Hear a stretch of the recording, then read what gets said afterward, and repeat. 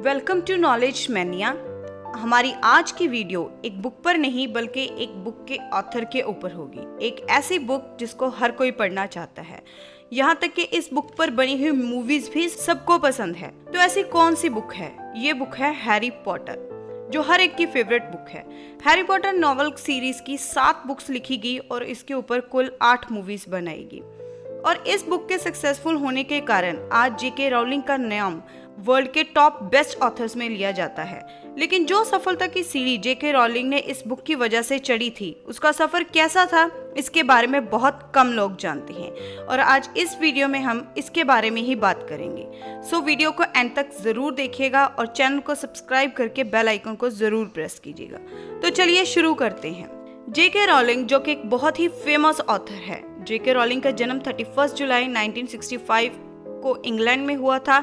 उनके फादर का नाम पीटर जेम्स राउलिंग था और मदर का नाम एने राउलिंग था।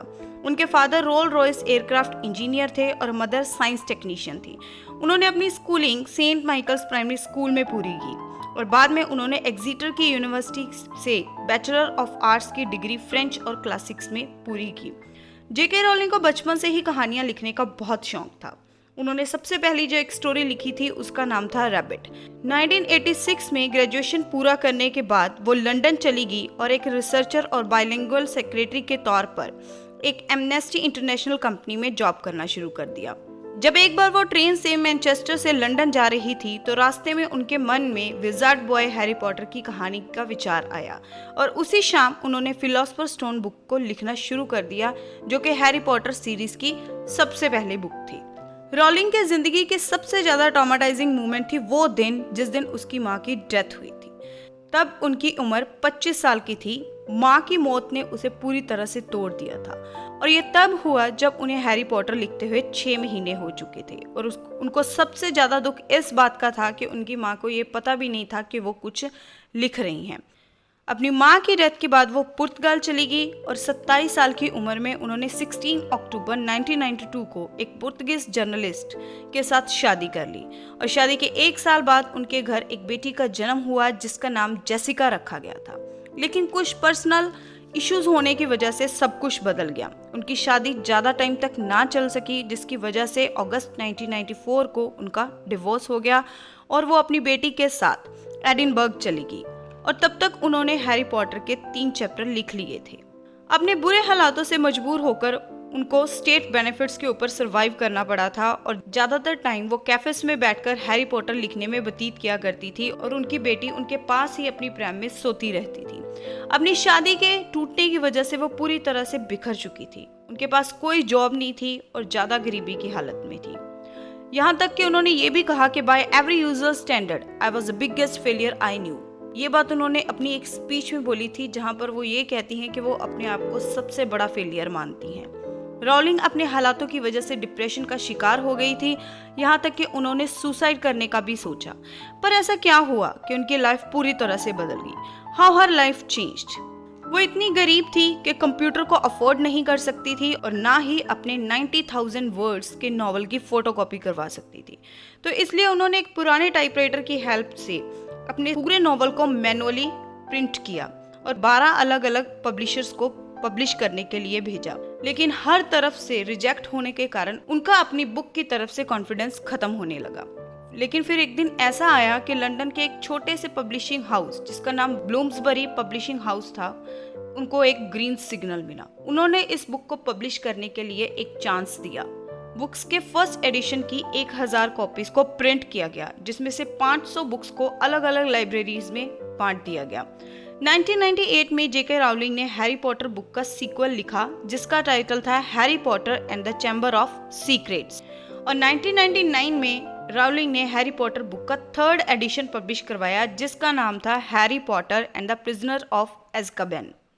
साल 2000 में हैरी पॉटर सीरीज के फर्स्ट 3 एडिशंस $480 मिलियन का बिजनेस कर चुके थे और इन बुक्स की 35 मिलियन कॉपीज को 35 अलग अलग लैंग्वेजेस में प्रिंट किया गया था। तभी हैरी पॉटर की सीरीज के ओवरवेलमिंग सक्सेस ने इसे फिल्म मेकर्स के लिए एक प्रॉफिटेबल फ्रेंचाइज बना दिया। वार्नर ब्रोस ने राउलिंग के साथ एक डील साइन की हैरी पॉटर नॉवेल्स के ऊपर फिल्म बनाने के लिए।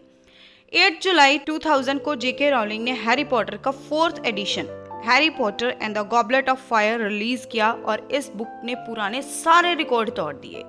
2001 में 36 साल की उम्र में रॉलिंग ने दूसरी बार नील मुर्रे के साथ शादी की, जो कि एक एनेस्थेटिस्ट हैं। फिर उनके घर एक बेटी और एक और बेटे ने जन्म लिया। 2001 में हैरी पॉटर और फिलोसोफर स्टोन फिल्म रिलीज हुई। इस फिल्म को इतना पसंद किया गया कि पहले वीकेंड में ही $90.3 मिलियन की अर्निंग हुई।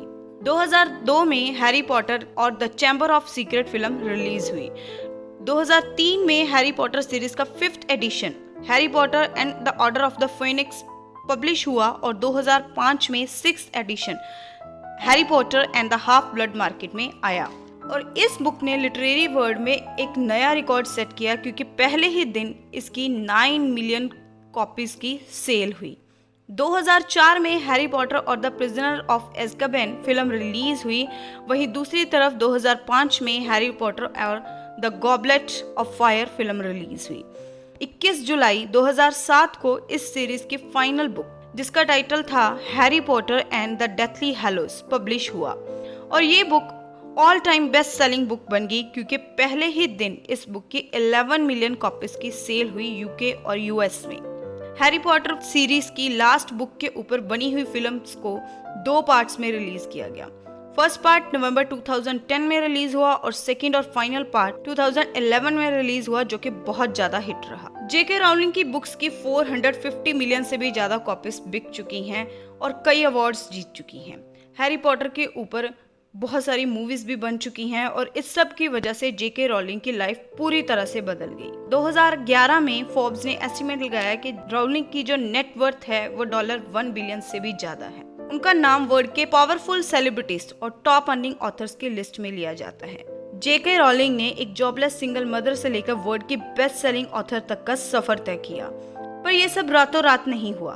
उसने बहुत बार रिजेक्शंस को फेस किया, लगातार सफलता के लिए कोशिश की। उन्होंने अपनी बुक के लिए बहुत ज्यादा मेहनत की। अगर आपका कोई ड्रीम या पैशन है और आप बार बार रिजेक्ट हो रहे हो, सफलता मिल रही है, तो उसको अपने आप पर हावी मत होने दें। अगर आप अपनी लाइफ में किसी मुश्किल समय से गुजर रहे हो, लेकिन आप किसी ऐसे काम को कर रहे हो जिसमें आपको पूरा विश्वास है, तो कभी हार मत मानिए, क्योंकि कौन जानता है कि आपको उस काम में रिकॉर्ड तोड़ सफलता मिल सकती है। क्योंकि जेके रॉलिंग कहती है, it is our choices that shows what we truly are, far more than our abilities. Thanks for watching. अगर वीडियो पसंद आई है तो इसको लाइक, कमेंट और शेयर जरूर कीजिएगा।